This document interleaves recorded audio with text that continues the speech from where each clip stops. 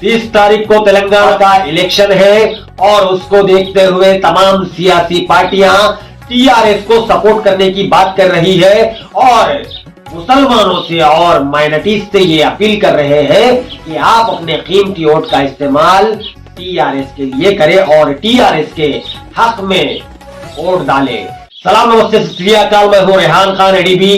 ना किसी के साथ ना किसी के खिलाफ, रेहान खान का सफर रहेगा बस सच्चाई के साथ। 30 तारीख को तेलंगाना में विधान है, उसको देखते हुए कई पार्टियां ये अपील कर रही है कि आप अपने वोट का इस्तेमाल टीआरएस के लिए करें। मगर यहां पर खेल उल्टा हो चुका है। उलमाए दीन ने यह फतवा जारी किया है कि मुसलमान अपने कीमती वोट का इस्तेमाल कांग्रेस के लिए करें। इसमें रीजन क्या है और उलमाए दीन टीआरएस यानी बीआरएस पार्टी से नाराज क्यों है, इसका मैं रीजन बताता हूं। उलमाए दीन ये सीधा सीधा इल्जाम लगा रहे हैं कि टीआरएस पार्टी बीजेपी और आरएसएस की पिच पर खेल रही है और मुसलमानों को धोखा देने का काम पिछले 9-10 सालों से कर रही है। पहला रीजन मैं बताता हूं, जब एनआरसी सीए का कानून जब पास हो रहा था तो सीएम केसीआर ने भाजपा को सपोर्ट किया, मुसलमानों के खिलाफ वोट डाला।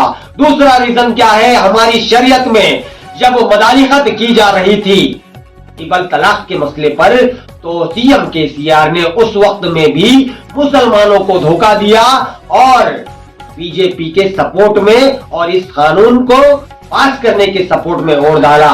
तीसरा रीजन क्या है, पिछले 8 से 10 सालों में 8 मस्जिदों को शहीद किया गया, सिक्रेट के मस्जिदों को शहीद किया गया और सीएम केसीआर और जो खुद को मुसलमानों के रहनुमा कहते हैं, ये लोग उस वक्त में चुप्पी साधे हुए थे और ये लोग पूरे भारत में घूमते हैं, प्रचार करते हैं। जैसा ही इलेक्शन का वहां पर माहौल चलता है और बाबरी मस्जिद के नाम पर आंसू बहाते हैं। मगर जब खुद के स्टेट में मस्जिदों को शहीद किया जा रहा था तो तब ये लोग अपने आंखों पर चश्मे लगाकर बैठ चुके थे।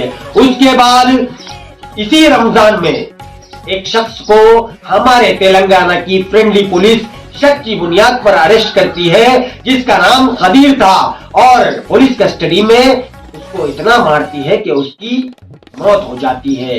तो ये बहुत से रीजन है। उसके बाद हमारी बहन के साथ टीआरएस के ही नेता ने बलात्कार किया और उसके बाद उसका कत्ल किया, मगर उस बहन को, उस बेटी को आज तक इंसाफ नहीं मिला और तमाम सियासी लीडर खामोश चुपचाप तमाशा देख रहे थे।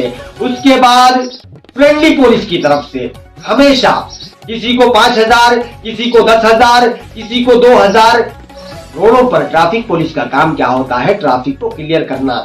मगर ट्रैफिक पुलिस ट्रैफिक को क्लियर करने का काम छोड़कर सिर्फ प्रजा की, हिंदू मुसलमान सिख ईसाई, इसमें सभी लोग शामिल थे और उनके सिर्फ फोटो लेकर 5,000, 3,000, 2,000 अपने दिल में जितना है उतने फाइन मारने का काम और लोगों से पैसे वसूलने का काम कर रही थी। उसके बाद अभी करीमनगर में 2 दिन पहले वहां पर टीआरएस का एक बहुत बड़ा प्रोग्राम चल रहा था। स्क्रीन पर देख सकते हैं आप लोग। वहां पर हमारे महमूद अली साहब जो कि होम मिनिस्टर थे, डिप्टी सीएम, इन्हों क्या बोल रहे, नऊज बिल्लाह, केसीआर साहब अमीरुल मुमिनीन हजरत उमर रज़ियल्लाहु ताला अन्हु, कौन, हजरत उमर फारूक रज़ियल्लाहु ताला अन्हु की बराबरी सीएम केसीआर के साथ कर रहे महमूद अली साहब। नऊज बिल्लाह, अल्लाह ताला इन लोगों के शर से तमाम मुसलमानों को बचाए। ये लोग तलवे चाटने में इतने बिजी हो चुके हैं और महमूद अली होम मिनिस्टर रहने के बावजूद भी पैसे में कई बार दंगे हुए और बेकसूर मुसलमानों पर कई केसेस लगाए गए और उनको जेलों में डाला गया। आदिलाबाद में भी आज से 6-7 साल पहले जगने की रात को ओल्ड हाउसिंग बोर्ड में कुछ लड़के वहां पर कई कारों को, कई फोर व्हीलर को डैमेज करते हैं और नारे लगाते हैं, मगर केस मुसलमान बच्चों के किया गया था और मुसलमानों को डराया गया था। मगर जब दबाव ज्यादा बढ़ा तो वो केस हटा दिया गया और जो आरोपी थे उनको खुलेआम छूट दी गई, ना उनको पुलिस स्टेशन में बुलाया गया।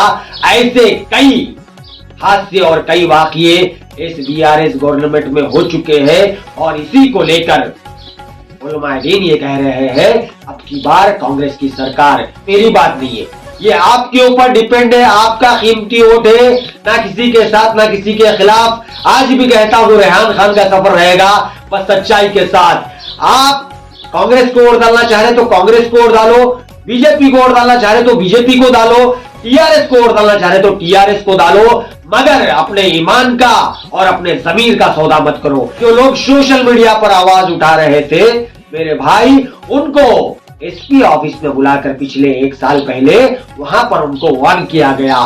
तो ये गवर्नमेंट दादागिरी से राज करना चाह रही है। ये गवर्नमेंट बाबा साहब अम्बेडकर के संविधान के रास्ते पर नहीं बल्कि दादागिरी और आरएसएस और बीजेपी के रास्ते पर चल रही है। ये इस रिपोर्ट को ज्यादा से ज्यादा शेयर करें, कमेंट सेक्शन में अपनी राय बताना ना भूलें। जय हिंद, अल्लाह हाफिज।